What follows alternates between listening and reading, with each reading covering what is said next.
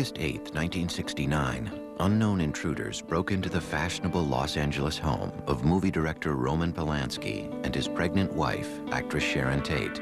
There they slaughtered her and 4 others. One night later, another home was invaded, and a middle-aged grocery executive and his wife were killed with equal brutality. In 2 days, an entire city was seized by fear. But it was months before the crimes were connected. When they were, a small, bizarre character named Charles Manson was charged with provoking his apparently fanatic followers to commit the crimes, and a national obsession to understand these people began. Who was Charles Manson? As he recalls it, the pain of Charles Manson's childhood began early. I'm a street child. I'm a runaway little girl at 15 years old out of Kentucky named Kathleen Maddox. I didn't have a husband. My husband's name was Scott. And he married somebody else and went down the road, and she went to Cincinnati and had a guy named Charlie Manson. Charles Manson was born on November 12, 1934, in Cincinnati, Ohio, in Cincinnati General Hospital. His mother, Kathleen Maddox, was just 16 and unmarried when he was born. His father was a Colonel Scott who'd briefly known Kathleen. She was very, very motherly looking. She was as motherly looking as my mother was. My mother went to prison for 5 years for strong-arm robbery. Her brother had to deal a trick in off the street and put the yoke on him to get some money to eat. But when I heard she was a prostitute, it just, I couldn't believe that either. And she went to prison, and I used to visit her in the prison visiting room. His mother's absence and rejection would make a life with her a dream of Charles Manson's throughout his childhood. Manson spent many of his early years in the small town of McMecken, West Virginia, with his deeply religious aunt and uncle, living by all appearances a not unhappy small-town life. The house was a big, older house, but it was beautiful. He had just about anything he wanted, I would say. His aunt and uncle and grandmother took him to church. He didn't like going. The only thing he really liked, was the singing. But Charles loved to sing. But some of Manson's outlook on the world came from another uncle, a mountain man. Out of the Kentucky mountains, when my uncle said, "We ain't surrendered. We're still rebels, and we'll be rebels until the end of time, because I ain't accepting no Yankee school." He said, "Don't go to those schools, boy." So when I was 9 years old, I set the school on fire, and I went to reform school. Between 1942 and 1947, Manson spent periods of time with his mother and her assorted lovers around the Midwest. But then, unable to place him in a foster home, she allowed the court to place him in the Gibault School for Boys. After 10 months, he ran away to find her, but she would not take him back. This was a turning point for Charles Manson. The only thing my mother taught me was that everything she said was a lie. And I learned never to believe anyone about anything. He ran away from school again and began a life of petty crimes, including breaking into grocery stores and stealing a bicycle. In 1949, after time in a juvenile center, he was sent to Father Flanagan's famous Boys Town. According to a 1949 article in the Indianapolis News, a dead-end kid who has lived in an emotional blind alley is happy today. He's going to Boys Town. Manson ran away 4 days later. Now just 13, he stole cars, broke into stores, and committed his first armed robberies. He was then sent to the Indiana School for Boys, where he claims he was raped and repeatedly beaten. He ran away 18 times. Now, the punishments escalated after he stole cars, committed armed robbery, and held up gas stations. He went from the National Training School for Boys to Natural Bridge Camp to federal reformatories at Petersburg, Virginia, and Chillicothe, Ohio, where he was paroled in 1954. He was just 19 years old. Around this time in Los Angeles, one of Manson's future followers, Patricia Krenwinkel, was a little girl. Her comfortable childhood could not have been more different from Charles Manson's, but even her home was not without its sadness. During the time I was brought up, nothing was talked about. I mean, my parents' dissolution of their marriage, you don't talk about that. You don't talk about problems in the home. I never felt like I had a sense of who I really wanted to be or become. In 1949, Leslie Van Houten was born into a solid middle-class family in Altadena, California. From an early age, she wanted to help the world. Her parents, too, would divorce. I was always very creative girl, young girl, you know, artistic. But I never, for a while, I wanted to be a school teacher. Somewhere along the line, I got distracted and I lost motivation. Believe that I was desperately seeking someone that I could love and hold on to and call my own. That somehow my dad leaving had left a space there. In January 1955, back in McMecken, the 20-year-old Charles Manson married 17-year-old Rosalie Jean Willis. He held odd jobs, but continued to steal cars, driving them across state lines. 1944, I went to juvenile hall. I didn't get out till 1954. I got a little girl named Rose, stole some guns, went to Georgia, burglarized a store, got a straw hat full of dimes, and came to L.A. I turned 21 years old in the L.A. County Jail. I wasn't out but a hot second. I've been in jail all my life. It was one of the curious facts about Charles Manson. He would often manage to commit small-time crimes that nonetheless violated federal laws and would bring tough penalties. A suspended sentence turned into a 10-year term after he violated probation on a charge of forging a very small treasury check. I was struck by something initially, and that is that he had been sentenced to 10 years for attempting to cash a $43 treasury check, and he did 7.5 years. From 1951 to 1967, Charles Manson's rap sheet shows a range of crimes from mail theft to forgery to running prostitutes. It was at McNeil Island Penitentiary that Manson developed a skill at the guitar and an interest in music that would play an important part in later events. The man who taught him the steel guitar was an aging fellow prisoner, the renowned Depression-era gangster Alvin "Creepy" Karpis. More important, it was in prison with its rigid codes of behavior and its hierarchy that Manson developed his way of looking at the world. See, I never realized that people outside are much different than the people inside. People inside, if you lie, you get punched. You get misused. You don't lie to the lieutenant. Lieutenant don't lie to you.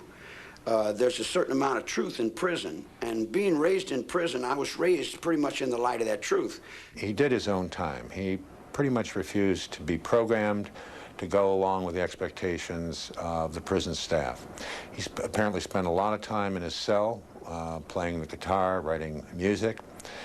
He did attend a class, did very well in a power of positive thinking class, which I always thought was a part of his style. He was released from prison in 1967. It's been said that he asked not to be released.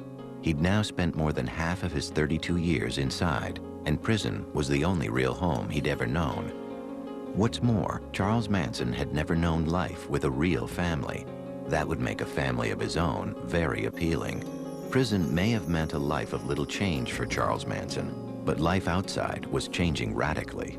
It was a far different world now from the one he'd known before prison, and was one where his particular skills would serve him well. It was the mid-1960s, and the Haight-Ashbury district of San Francisco was, for hippies and others escaping the mainstream, the promised land.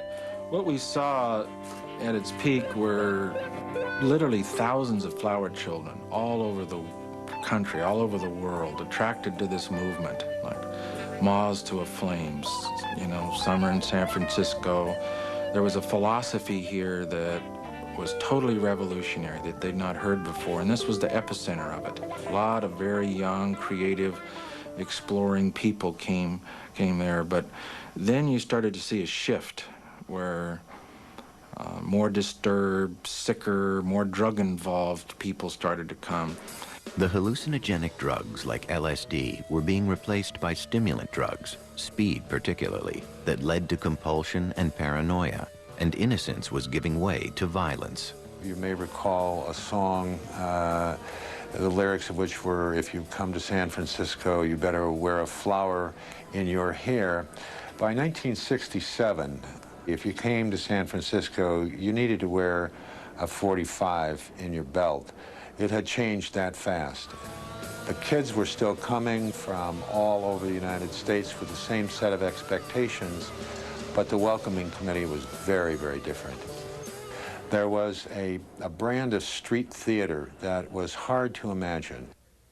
If we are coming up to the beatnik area, all the stores out in this area, they're taken over by the beatniks, and we see them in all shapes and sizes. I think this one is a girl walking in front of us. She has a hair ribbon, but it's hard to tell. It was a scene where if you grew your hair and talked the talk, you fit in. This was the scene which Charles Manson entered on his release from prison in 1967. When he came out, he initially told me that there was nothing I could do, that that he could go back to prison. He was not afraid of it. He was not going to do parole if parole was going to be onerous. He was clearly an antisocial personality. He was superficial, he was glib, and he was very adaptable. And when I got out, all your children would come to me because they never had anybody to tell them the truth. He sized up people, I think, fairly quickly and fairly accurately. I think that's a skill you learn in prisons. He said, so your father just kicked you out of the house. And that started it. Lynette Squeaky Fromm joined up with Manson early on. It was easy to talk to him. And we talked on a number of levels. His mind intrigued me. Charlie was what he needed to be at any given time. Pat Krenwinkel was another early member of Manson's growing family. I met Charlie when I was living at the beach with my sister, and she came home and said to go down to a friend's house, which I did, and Charlie was there, and he was playing the guitar. And so I was introduced to him there. And that night, we slept together, and I felt really loved by him almost immediately, mostly because I think at that point I was really desperate for someone to care. When we made love, all I remember is just crying and crying to this man. I mean, it was like, because he said, oh, you're beautiful. I couldn't believe that. I just started crying. Manson's family grew to include men. One of them was the young, all-American Texan, Charles Tex Watson. Charlie used sex for, number one, when people would come and he wanted power over them, men, he would offer them whatever women he had. And he had certain women he always put out front, which he called his front street girls. They were the ones that he thought were the most beautiful, the ones that would be the most enticing. And that's what he would do. I mean, he was an excellent pimp. Charles Manson was not only attracting followers, he was also exercising more control over them. Whatever he believed, I would believe. And I would say, and I would spout off. I began to get increasingly uncomfortable with the amount of control and the way in which he used them. And you could see his sense of power and control growing. But in Northern California, at least, the family was monitored by outsiders. I saw him on a weekly basis. He would bring the girls into the office. It was a big occasion. I would go out to a home and see them. There was always that string. There was always some reality. The family left San Francisco in the summer of 1967 and began an odyssey up and down the California coast. Moving from place to place was one way Manson kept his followers entertained enough to stay. They started spending more time in the Los Angeles area.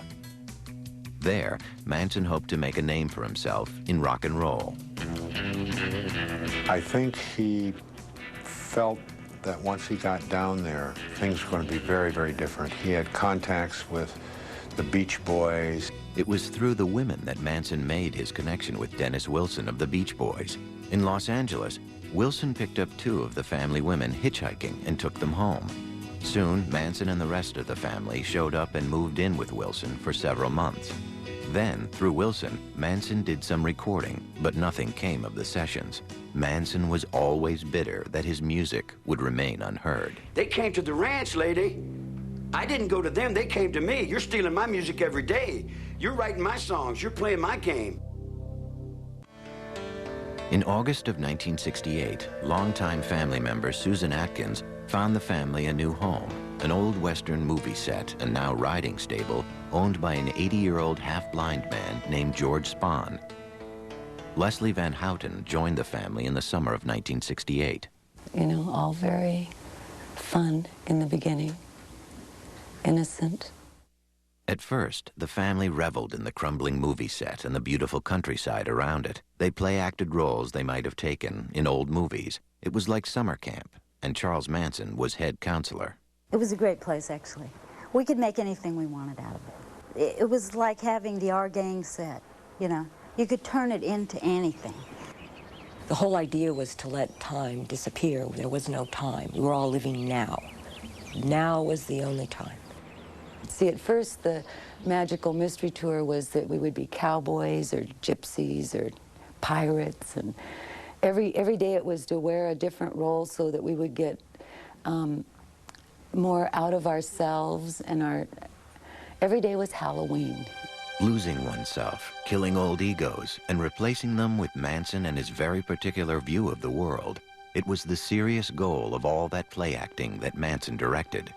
If you wipe away somebody's identity, say society is corrupt, forget about everything you ever learned, but then you substitute your own philosophy. It's like wiping the blackboard clean and then introducing your philosophy, and then you become the absolute leader. Bit by bit, the family became one with Manson. One of his things was to stop you during the day, and he'd put your palms up to his, and then he'd move them in any direction that he could. Or he'd make a series of faces, and then you were supposed to try to keep up with them. And the whole thing was always geared toward just complete mirroring of him. One powerful way that Manson maintained control was through drugs, in particular LSD. Well, we took hundreds of trips together. The acid trips were exercises in total control. With Charlie, he actually did almost like drug programming. I mean, he was the focal point at all times. And what seems so amazing is that he somehow, because acid is a very powerful drug, and it's like I would feel like totally out of control, and yet I would watch him and he would seem totally in control. One of the things, when I look back, I realized I didn't always see him take acid. I don't think he did. The idea was to get rid of all the conditioning, to die in yourself. So he would hold you up and say something to you. Say, see, I can see your mother on you. It's still the conditioning. You know, you haven't gotten rid of it. You're not dead yet. Sometimes he would reenact the crucifixion when we were on LSD. And it was very realistic. I would die for you. And then the questions would begin, would you die for me? And what was the philosophy that Manson was offering? It had begun with the notion of oneness and the power of love, but over time, it grew steadily more paranoid. The messages to the family grew steadily darker. There was no right or wrong, and life and death were really the same thing. In fact, death could be a welcome step on the way to a better world. And in the fall and winter of 1968, as Manson saw himself more and more a lone visionary, he and the family spent more and more time in a place that only increased their sense of isolation, a remote outpost in Death Valley, Barker Ranch. We really weren't in touch. We were allowed to listen to the Beatles and the Moody Blues and Manson's music. Nonetheless, Manson was aware of what was going on in the nation's cities. Since 1966, city after city had seen rioting in black neighborhoods. The cry for black power was being heard alongside the ever stronger actions against the war in Vietnam. We're gonna make Vietnam look like a holiday. Because if America don't come round, America should be burnt down. The family moved back to Los Angeles in January of 1969. Then the paranoia increased even more in early July, when Manson thought he'd killed a black drug dealer he also thought was a Black Panther. Now convinced that the full fury of the Panthers was soon to descend on the family, bitter about his failure to record his music, and most importantly, certain that a giant race war was impending, Charles Manson spent July and early August tense, paranoid, and angry. On the night of August 9, 1969, at a house on Cielo Drive in Los Angeles, actress Sharon Tate, wife of movie director Roman Polanski and 8 months pregnant, was at home with her friends, the hairstylist Jay Sebring, coffee heiress Abigail Folger, and Roman's friend Wojtek Frykowski. A young man named Stephen Parent was also on the site, visiting the home's caretaker. That night's murders began with some preparations at Spawn Ranch. I was with the children. We were in a trailer. I was with someone else, and we were in a trailer. And Charlie came and woke me up. And he said, "Get up. I want you to go somewhere." He said, "Get in the car." And I was in the car with Tex and Linda Kasabian and Susan Atkins. And he said, "Do everything that Tex says." And we were off. Tex Watson went onto the property first. When he came upon Stephen Parent in his car, he shot him 4 times. We heard gunshots. He came back and told us to come with him, and we followed. Trying to get into the house, he eventually, I think he went through a window or something, returned to a front door and allowed the rest of us to enter. There was a man that he was dealing with, and I think that was Jay Sebring, I believe. He had him on the floor or something, and he was going to tie him up. And he asked Susan to check the back rooms. And what began to happen is a scuffle started taking place between Tex and the man and Jay Sebring, and he shot him. And everyone else at that point obviously was getting really frightened and scared. And what eventually took place is that there was an attempt to tie everyone up. And when there was an attempt to tie everyone up, eventually Abigail Folger started to get herself undone, and she took off. I ran after her with an upraised knife, and we went out through a back door out onto the lawn. And I started stabbing her. I ran her down, and I began to stab her. I remember her saying, "I'm already dead." It was Tex Watson who delivered most of the fatal blows at the house that night. We were so locked in, it's just okay, this must be this, and when you just become more in more like a robot, somehow this must bring it. The scene left behind was grotesque.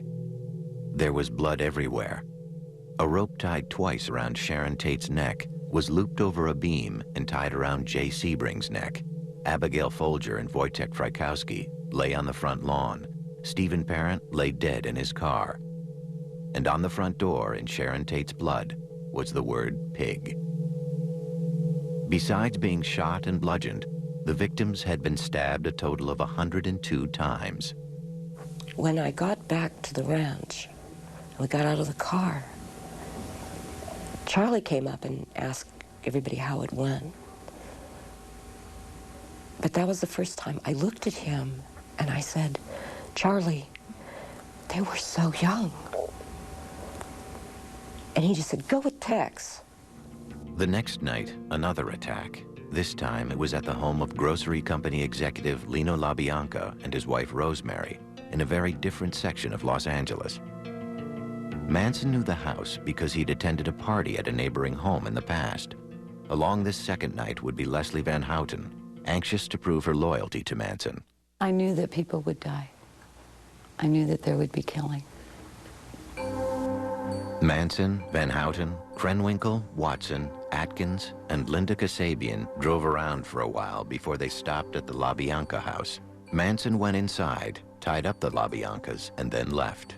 Pat had a knife, and I tried to hold Mrs. LaBianca down, and I couldn't do it.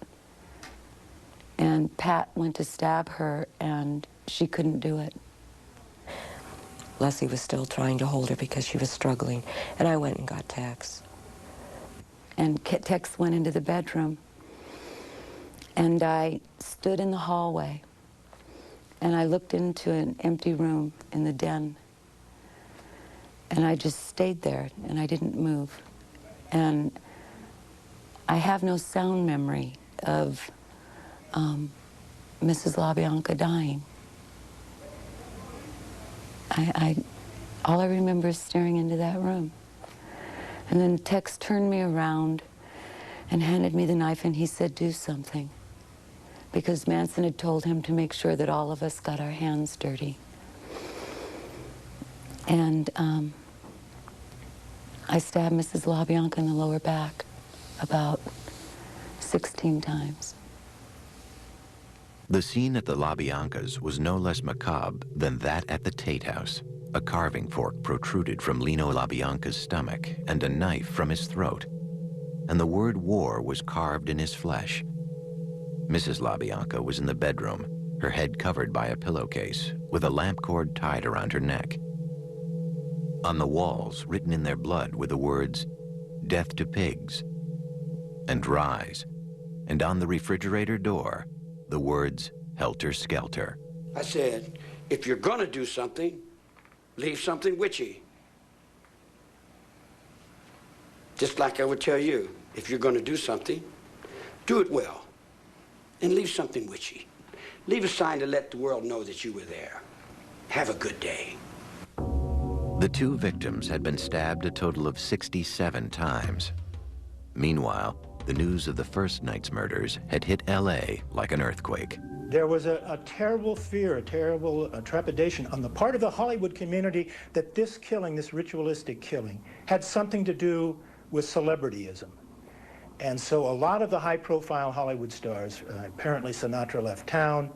Tony Bennett was living at the Beverly Hills Hotel in one of the bungalows. He moved inside to be safe. Steve McQueen supposedly drove around with a gun in the front seat of a car now, all reacting to the Sharon Tate killings. It was amazing. Everyone's got a piece of the story. Everyone, wherever you went, there was somebody say, did you know that they found the thing? And, you know. It seemed everyone wanted a gun. 200 guns were sold by one Beverly Hills store in 2 days. It took 2 weeks to get a locksmith. Police were interviewing many celebrities, and some became more careful about their habits. One local in the film business said toilets are flushing all over Beverly Hills. The entire Los Angeles sewer system is stoned. Now the rumors start to fly. The first rumor that hit, as far as the crimes were concerned, was that it was drug-related. It was a drug hit. And on top of that, it was Roman Polanski's wife. People knew about Polanski's film, Knife in the Water, all of these strange, dark, mystical movies involving drugs and sex and killings. Sharon not only didn't use drugs. In the beginning, you know, there were those who thought Roman had an involvement in this. It was conjecture Polanski quickly denied. It's terrible for him when he came back for the funeral. And Warren Beatty was telling me this. I mean, people thought he somehow had something to do, which, of course, he didn't.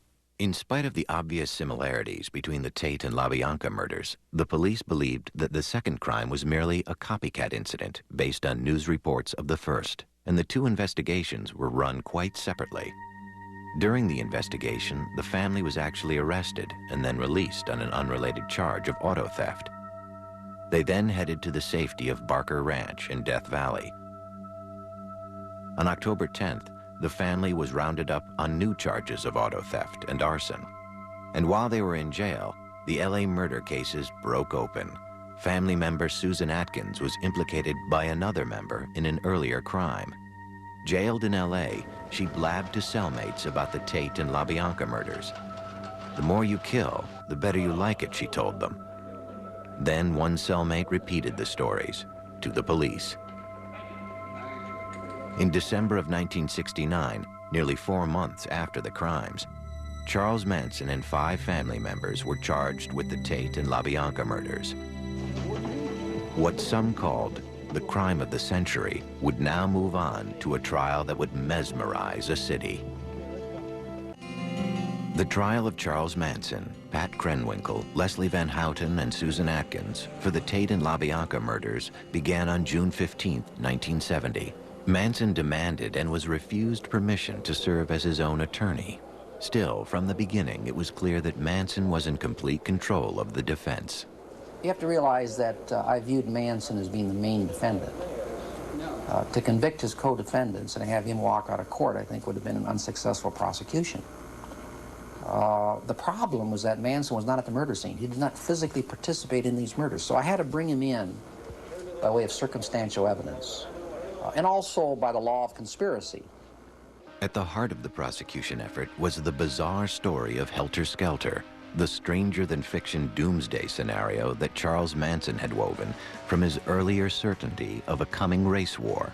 Helter Skelter was a name he'd taken from a Beatles song. Manson envisioned that white people would turn against the black man if they thought the black man had committed these 7 murders, and ultimately there would be a civil war between blacks and whites out on the street. During the war, he told them, he said, we're going to hide out in the bottomless pit in the desert, a place he derived from Revelation 9, a chapter in the last book of the New Testament. Manson foresaw that the black man would win this war. But later on, he said the black man, because of inexperience, would simply not be able to handle the reins of power. So we would have to look around at those white people who had survived, who had escaped from Helter Skelter. And he said, we'll come out of the bottomless pit, and quoting Manson, we'll send Blackie on his way to picking cotton, and we'll take over the leadership of the world. The chief prosecution witness was Linda Kasabian, who had driven the car on the night of the Tate murders. She agreed to testify in return for immunity. Can you get out of the way? The mood around the trial and throughout L.A. was as bizarre as the accused themselves. It may be more than 6 months before the Tate case finally goes to trial here at the Hall of Justice, but Hollywood isn't waiting. 2 movies about the mass murders already are in the works. One producer said his film will concentrate on the hippie clan charged with murder and explain on the screen why they might have done it. Day after day, Manson would come into court and by turns intimidate and amuse. He was playing the people. He was playing to the courtroom. He was playing to the press. We had quite a few staring sessions. He was always staring at people. You know, he'd stare at the jury, and they would turn away. He'd turn around and stare at spectators. During the trial, as in their lives before, the 3 women took all their instructions from Manson. The entire proceedings were scripted by Charlie. Every day we'd meet, and he'd decide, well, today I want you each to stand up and hold your hands in some stupid symbols. You're going to get up and scream. You know, each day was scripted, and that day we proceeded through the events. With Manson, he believed that everything we did was creating some picture that was going to go out in the universe and somehow change it towards bend it towards his will. The daily march of Van Houten, Atkins, and Krenwinkel, smiling and singing, was unnerving to anyone who saw it on the news. The song they were singing was one that Manson had written.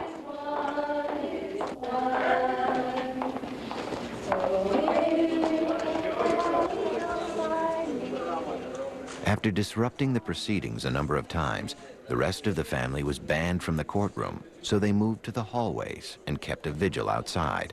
At first, the mood was almost festive.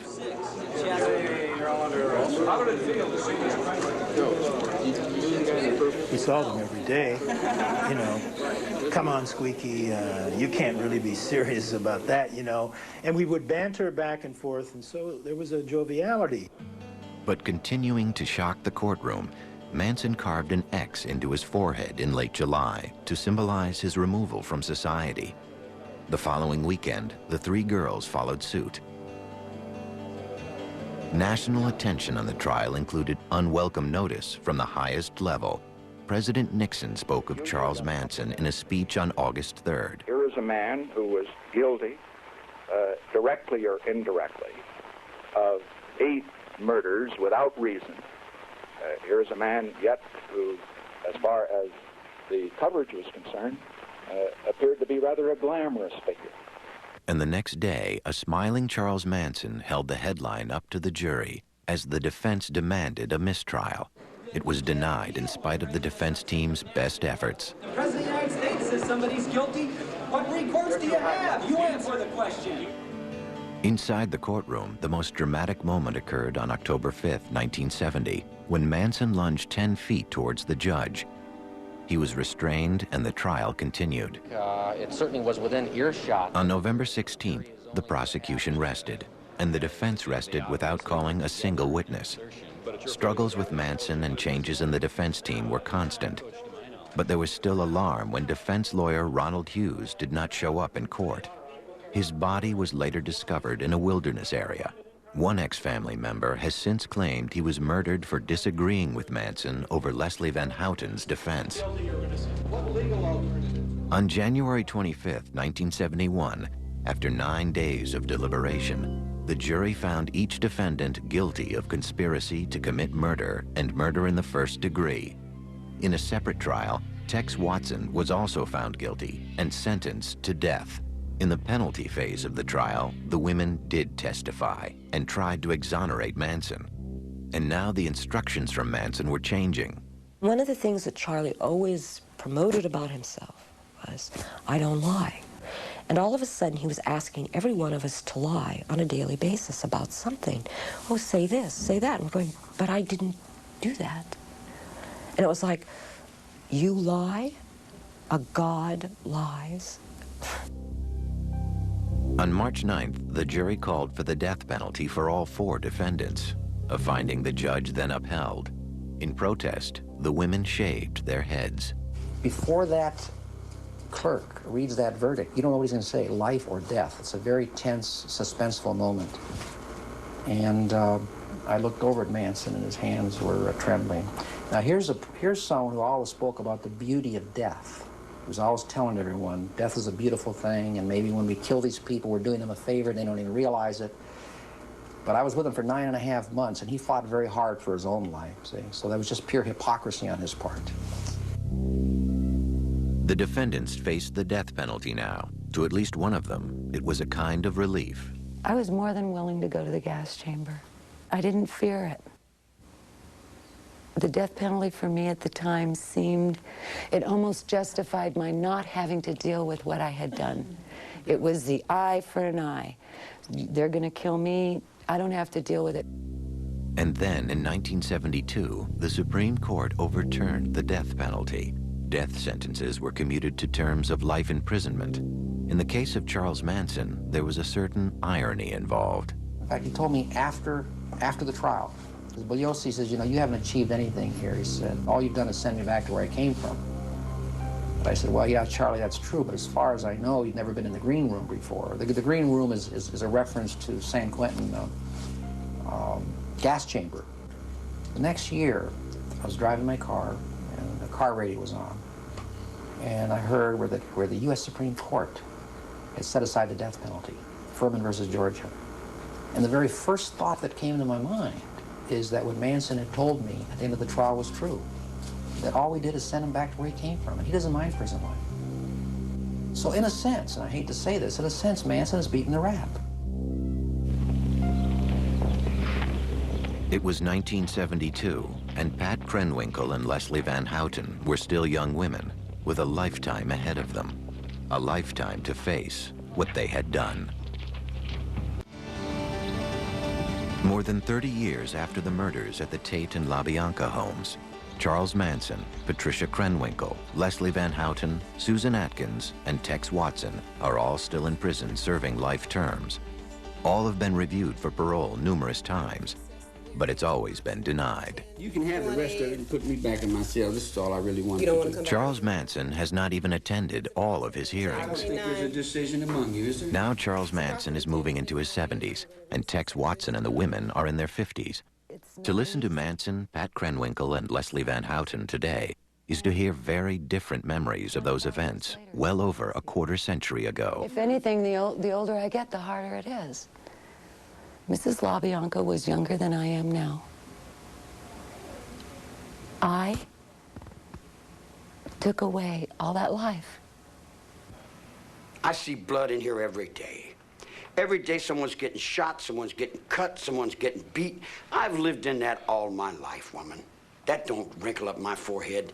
You can pile out 100 dead bodies up in front of my cell and it don't set me to do nothing. Every day I wake up and know that I'm a destroyer of the most precious thing, which is life. And living with that is the most difficult thing of all. And I do that because that's what I deserve, is to wake up every morning and know that. You know, it didn't happen overnight. He spent a lot of time taking middle-class girls and remolding them. I never broke nobody's will. I never told anybody to do anything other than what they wanted to do. Oh, Charlie's just absolutely lying. There wasn't one thing done that was even allowed to be done without his expressed permission. Wait a minute. I said, you do what's best for you. You do what you feel is right. You do what you think is right. Now, whatever you think is right, it's got to be right. All I'm doing is I'm walking with you, I'm walking the line with you, and I'm holding the line with you. What you do is up to you. It's got nothing to do with me. You know, I take offense to the fact that 25 years later, Manson doesn't own up to his share in this. I take offense to that. I take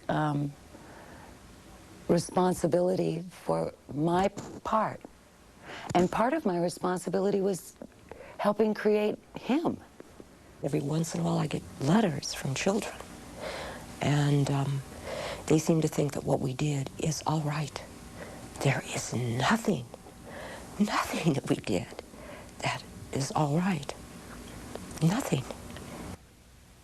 He was not Jesus Christ or Satan. He was a very odd, bizarre, high-energy little antisocial who had some poor, confused, middle-class dropouts who decided to follow him. And he got into a situation where he had enormous power over these people, and he pulled it all together into this incoherent, hateful kind of plan. And there was no one there to say, Charlie, girls, this is crazy. Saturday at 8, A&E is issuing you a search warrant. Search for justice on American Justice. We know we have our man. Search for evidence on cold case files. DNA is like the finger of God pointing down. Search for truth on City Confidential. I'm selling sex like other people are selling soda pop. You'll find them all beginning at 8 tomorrow on A&E.